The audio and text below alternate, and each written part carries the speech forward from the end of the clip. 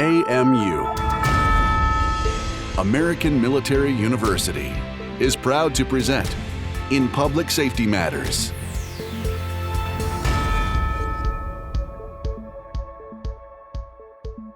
Welcome, everybody. Thank you very much for coming to today's podcast. We have a very special guest with us today. We've got Ms. Jumorrow Johnson. Welcome, Ms. Johnson. Thank you for being here. Thank you so much for having me. Yes, I really appreciate taking the time to speak with us today. To introduce you, to give a little bit of background, you are the Human Trafficking Coordinator for the State Attorney's Office in Broward County and the President of the Broward Human Trafficking Coalition in Broward County, correct? Yes, sir, that is correct. Awesome. Can you share a little bit more about your background in terms of the important role that you have in combating the problem of human trafficking? Sure, of course, I'd love to do that. So, as you stated earlier, I am currently employed with the Broward County State Attorney's Office, which is in the 17th Judicial Circuit, and I am employed as the Human Trafficking Coordinator for this specific office. So, I'm sure you know that the Prosecutor's Office, the State Attorney's Office, known to in some states as the DA, the District Attorney's Office, but for us, it's the State Attorney's Office. Our office prosecutes crimes. So, there are different divisions. You have homicide divisions, you have felony divisions, you have domestic violence divisions. I am assigned to the sexual battery and child abuse unit. And so the prosecutors in our unit prosecute all crimes surrounding any type of sexual abuse, sexual assault, child molestation, human trafficking, any type of child abuse, whether it be physical or sexual. We also prosecute elder abuse cases in our unit as well.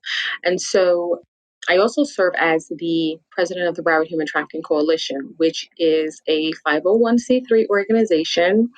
We've been in existence since about 2008. I started out in the coalition as, just a member of the coalition. And as years progressed, I moved up, I became a board member, and then I became the vice president, and now I serve as the president of the coalition. And that all stems from my background work with the Department of Juvenile Justice, in which I was employed for 15 years. And during my time with the Department of Juvenile Justice, I oversaw a unit called the Crossover Unit. I was actually the first supervisor ever for that unit. So I wrote all of the circuit operational procedures for that unit. And that unit, we were specifically responsible for supervising children that had been placed on a form of probation or conditional release by the juvenile court. But they were also being served, not just in the juvenile court, some of them were also being served in the dependency court. I also supervised youth that had been charged with sex offenses. So my unit supervised the youth sex offenders. We also supervised youth that were classified as interstate compact cases, which means that those are cases that would come from other states, children that were on probation from other states. And if their parents moved to Florida, or they moved to Broward, those cases would come to my unit and my officers would supervise those cases. So while being a supervisor with the Department of Juvenile Justice, we started noticing a lot of kids being charged with prostitution. Talking about 12, 13, 14, 15, 16-year-old kids being charged with prostitution. And I didn't understand how children were being charged by law enforcement with the crime of prostitution. And in the state of Florida, the age of consent to have sex without restriction is 18. So how are you charging a child for a crime they don't have the legal right to give consent to? And so that's what really kind of catapulted me into doing this work. Wow, that's very, very interesting. It's important work. It's definitely an honor to have you here today. It's a challenging topic, but it's so important that we get the word out there, and you certainly have a background that understands. Can you provide us with a brief overview of the problem of human trafficking in general terms, and specifically in Broward County? Sure, that's a great question. One of the things that I'd like to talk about in discussing the issues in Broward County is the myths and misconceptions that people still have and hold, that this only happens to a certain group of people, and that it's reserved for a certain class of people. In Broward County, where I'm heavily involved in all things anti-human trafficking. In Broward County, we have what we call an MDS committee, which is a multidisciplinary staffing committee. And understand, in Broward County, what we've seen is that human trafficking touches all races, ethnicities, genders, sexual orientations. So we have an issue with not just sex trafficking, but we have an issue also with labor trafficking here in Broward County. Understand, we are one of the largest counties in the state of Florida, which is why we are hit so hard with both labor and sex trafficking, because one is our geographical makeup, and two is because of the diversity that is here in our county. So because human trafficking does not discriminate, and because the county of Broward is such a melting pot, the numbers that we get here are extremely high.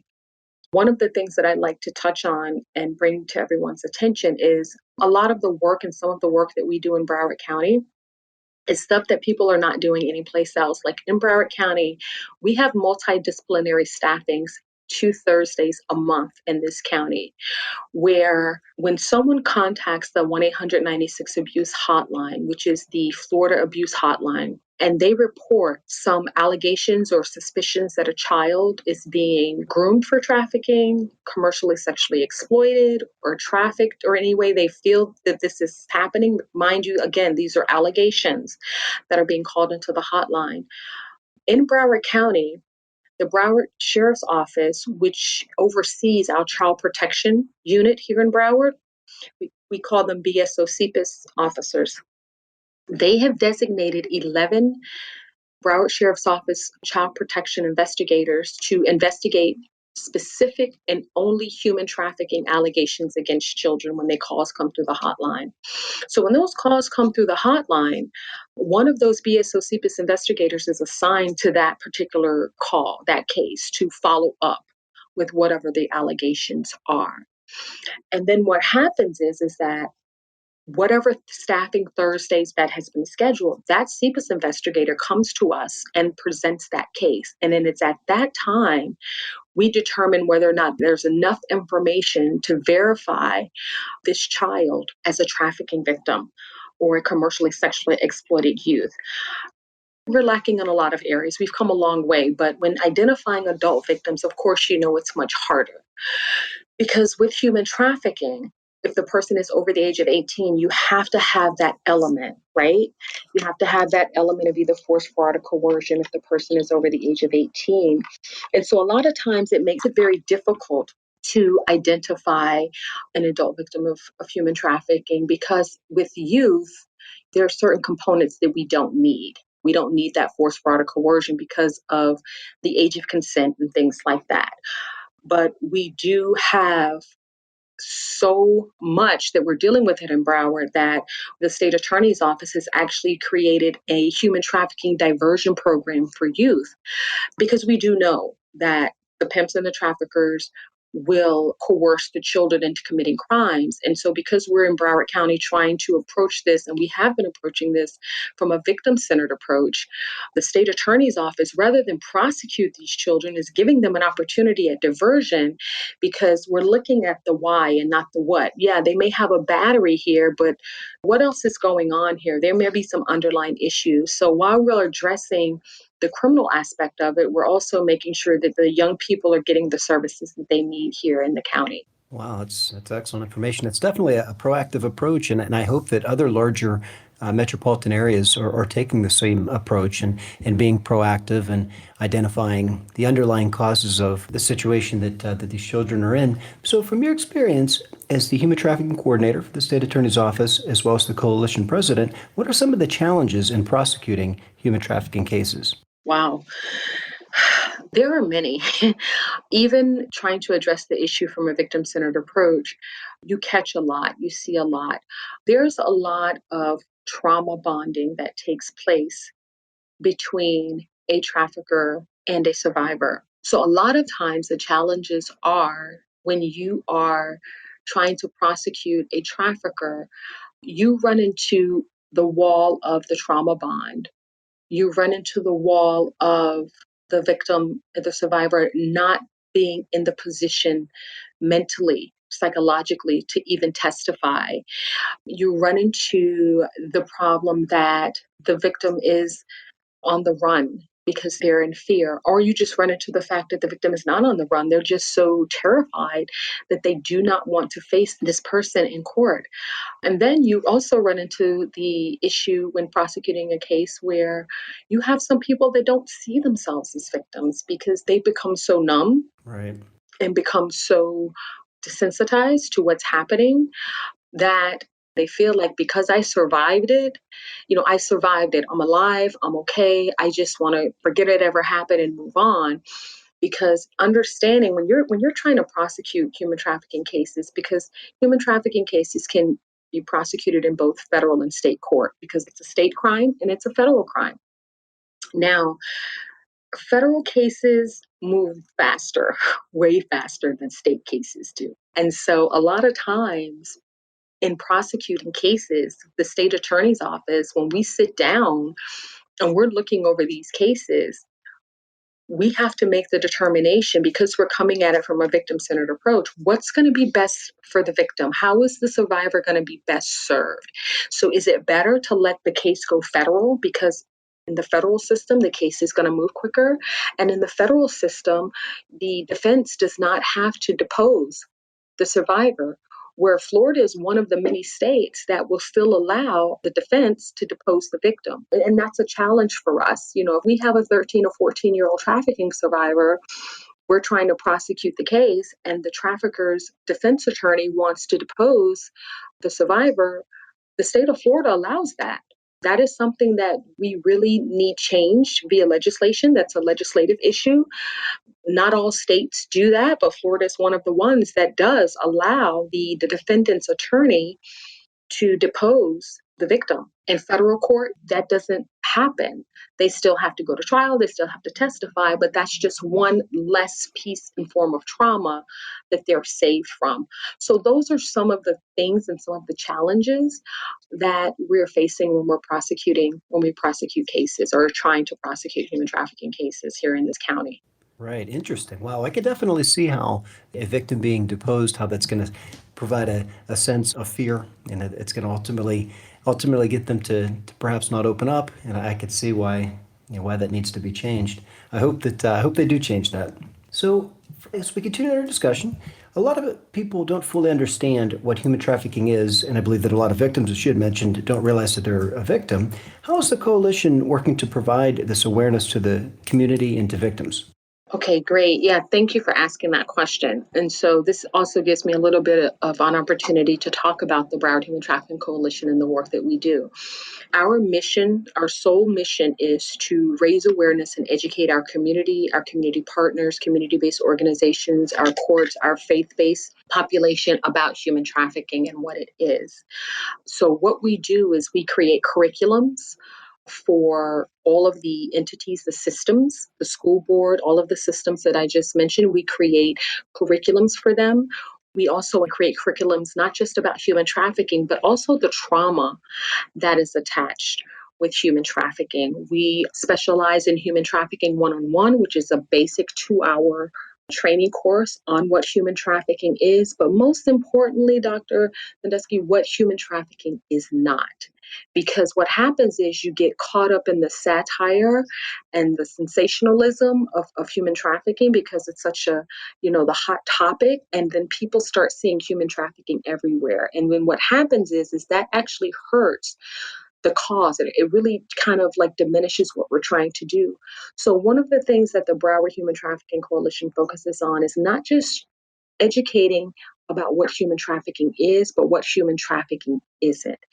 We create curriculums for faith-based organizations and how those communities of faith, how they can deal with the congregations and those that attend their places of worship if, in fact, they come across a family or a young person that is dealing with someone being trafficked. We create curriculums for the schools. We're actually right now I'm in the process of getting a curriculum vetted through the school board of Broward County that we created, which is assisting teachers in recognizing and identifying human trafficking in their virtual classrooms. So we're in the process of trying to get that vetted. I actually made some corrections to the curriculum today to send back in so they can continue the vetting process. We have created, through the coalition, a fantastic network of service providers. We are not a service provider agency. We do not provide specific services other than the education and awareness piece. But we have created such a community that, for instance, we have Holy Cross Hospital, which we are partnered with, which has a STEPS program. The Holy Cross Hospital STEPS programs offers free medical attention to survivors of human trafficking, young women that need gynecological assistance. We have partnerships with optometrists for survivors that need glasses. We have partnership with Nova Southeastern University that offers their dentistry program, that offers their psychology program for counseling. We have created partners with so many different organizations. So when we get the phone calls or people are calling us saying, listen, this is what I have, this is what I need, we're able to refer appropriately, even though we're not providing that specific service, because people respect what we do and they know that they can trust this organization. We're able to make sure that we are not creating and causing any further harm, that we are referring out appropriately. Right. Excellent. Wow, that's fantastic. I didn't realize that the coalition was doing all that. That's definitely it's needed, and it's definitely on the cutting edge in terms of what organizations are doing nationwide that I've spoken with. And we'll discuss toward the end of the podcast as far as how citizens are able to reach out to the coalition if they want to volunteer. But we're about to take a break. But before we do, the website for the coalition it's bhtc.us. Yes, it's www.bhtc.us. It's very user-friendly, and we try to keep it as updated as possible.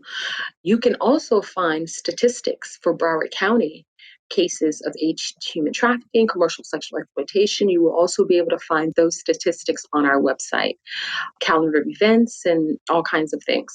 That's fantastic. So let's go ahead and take a break. We're speaking with Ms. Jumorrow Johnson. She's the Human Trafficking Coordinator at the State Attorney's Office, and is the president of the coalition, Broward Human Trafficking Coalition. We'll be right back. Working in Homeland Security requires versatile experts to handle domestic and international security issues. A Homeland Security degree at American Military University offers you the chance to improve your expertise and develop practical knowledge for combating terrorism and security threats to our nation. Learn from experienced leaders in Homeland Security. Apply today at amuonline.com. Welcome back, everybody. Again, our guest is Ms. Jumorrow Johnson. She's the Human Trafficking Coordinator for the State Attorney's Office in Broward County and the Coalition President. So welcome back. Thank you. Thank you. I'm glad to be back. Awesome. So our audience includes a lot of first responders. How can first responders assist in recognizing and combating human trafficking? That's a great question. The first thing is they have to be willing to be teachable. The organizations have to buy into the fact that the training is needed, because people think they know what this looks like because they've reserved it for a certain group of people. So if you're not looking for something to happen to a certain group of people, you're going to miss it. And the fact that human trafficking does not discriminate, which means that it could happen to anybody, if you're not trained in understanding that it can happen to anybody, if you have not grasped that concept, if you have not been in the presence of someone that has given you or taught you what the red flags are, what a rehearsed story sounds like from a human trafficking survivor, if your organization hasn't bought into the fact that this type of training and education is needed, then we're going to continue to miss the mark. So in order for law enforcement officers to better serve those that are being trafficked by traffickers, those that are being victimized by traffickers, those that are being exploited by traffickers, the first thing first is they have to be made aware. They have to be taught what trafficking is, what trafficking isn't, and then they have to be teachable. And the most important thing, Mr. Sadulski, they have to care, because I conduct trainings all the time for law enforcement officers. You have a background in law enforcement. And there may have been times that you've been to trainings and you may have checked out, or you may have not thought, you probably have thought that this probably isn't something that is applicable to me, or I'm not going to need to know this. And so when you're a trainer and you're scanning the room, you can pretty much tell who's checked in and who's checked out. When we're talking about this particular topic, when we're talking about this particular issue, when we're talking about this particular epidemic, we need everybody to stay checked in, to stay tuned in all of the time. Because for the simple fact that it's not reserved for one specific population, it is not reserved for one particular race or ethnicity or within a socioeconomic category. It doesn't discriminate. It can touch any and everyone on any given day, because two things drive trafficking: money and exploitation. So when you're talking about money and when you're talking about exploitation, no one is exempt. So for law enforcement to be able to better serve, they have to be willing to receive the training, to hold on to it, and to apply it in their everyday duties. I know some amazing law enforcement officers, and I know some not so amazing law enforcement officers. We have a human trafficking task force here in Broward County. The state attorney's office created the task force under the leadership of our current state attorney, Mr. Satz. I'm the coordinator for this task force. Our partners are the FBI, Fort Lauderdale Police Department, Coral Springs Police Department, and Miramar Police Department.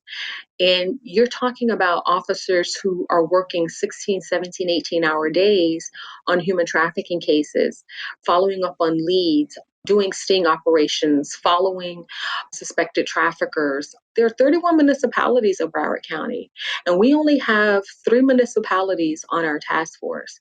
That says something, right, about the response or the lack of response. Hopefully going into this new year, January, we'll be able to approach these municipalities again and say, hey, this is what's going on. This is what's needed. We just had a big case in August where our task force, along with the assistance of the FBI, was able to arrest 2 female traffickers that were trafficking some young girls. And so having that and being able to go take that to them and say, listen, this is what's going on in your county. We need your help, because if we got this case done with just 3 guys, just imagine what else is out there. Right. That's a good point. It's so important that that attention is drawn to it. If you'd like, if you're interested, we can talk about some of the statistics and the numbers that we see here in Broward County. Yes, please. I had talked earlier about the multidisciplinary staffings that we have 2 Thursdays a month. And so this is just to give you just some idea of what we're looking at here in Broward County as it pertains to identification.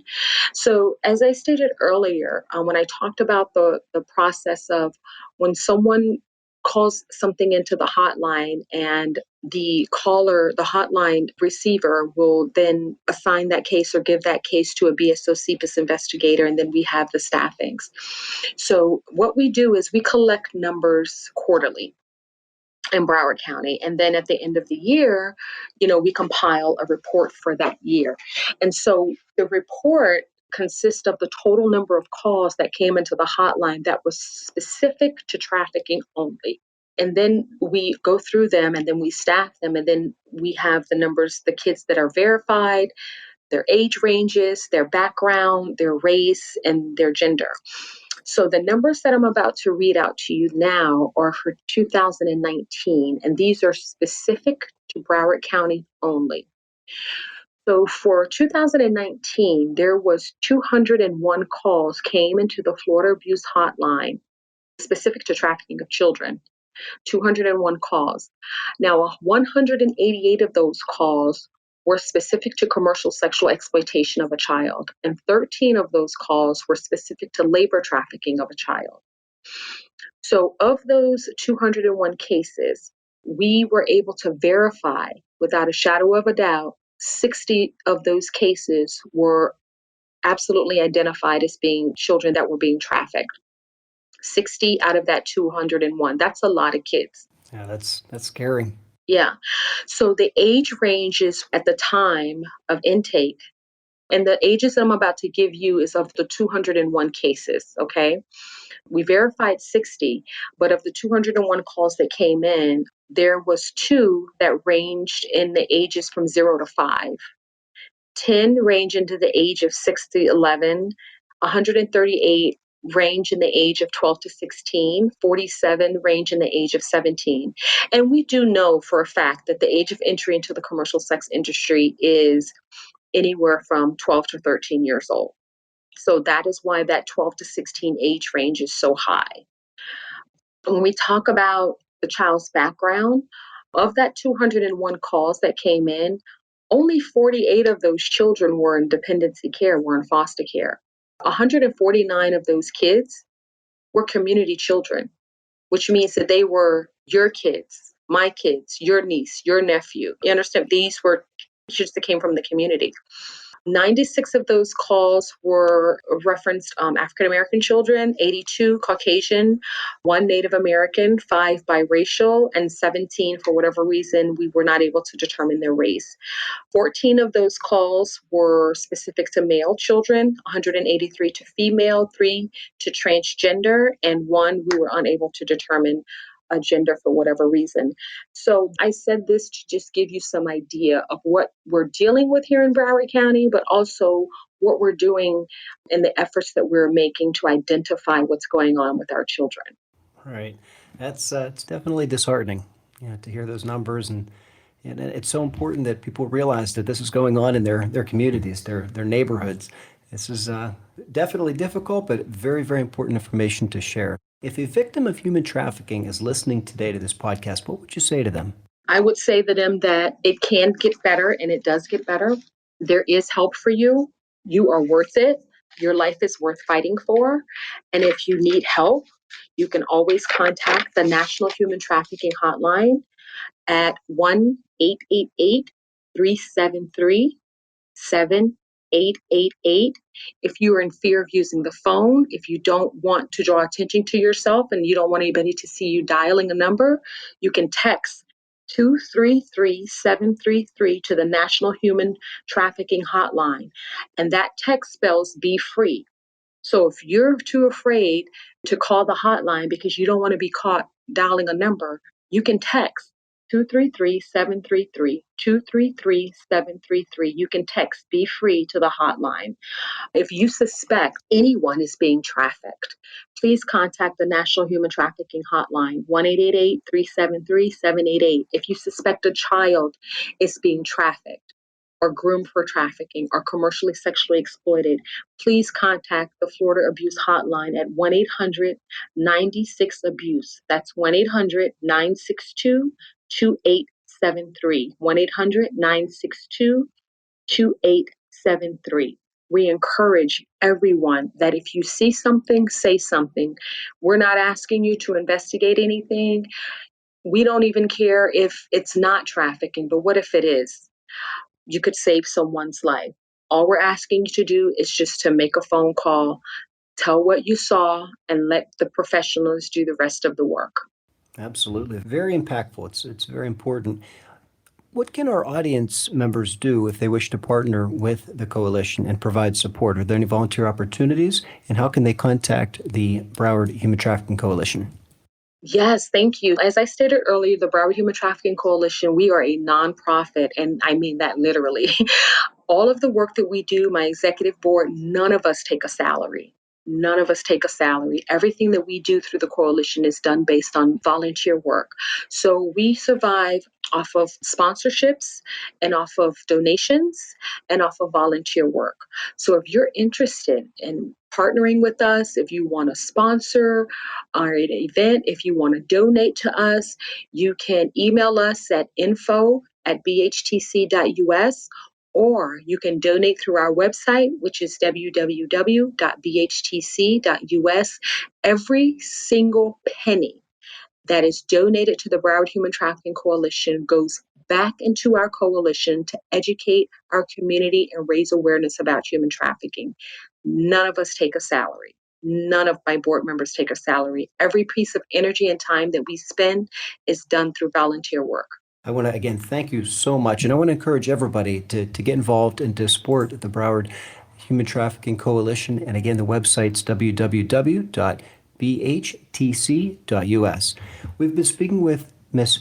Jumorrow Johnson from the Broward Human Trafficking Coalition, as well as she is the Human Trafficking Coordinator for the Broward County State Attorney's Office. Ms. Johnson, thank you so much for sharing this information. Thank you so much for having me, Jarrod. It was a pleasure being here. Thank you again. For more information about our university, visit us at amuonline.com. Thank you for listening. AMU, American Military University.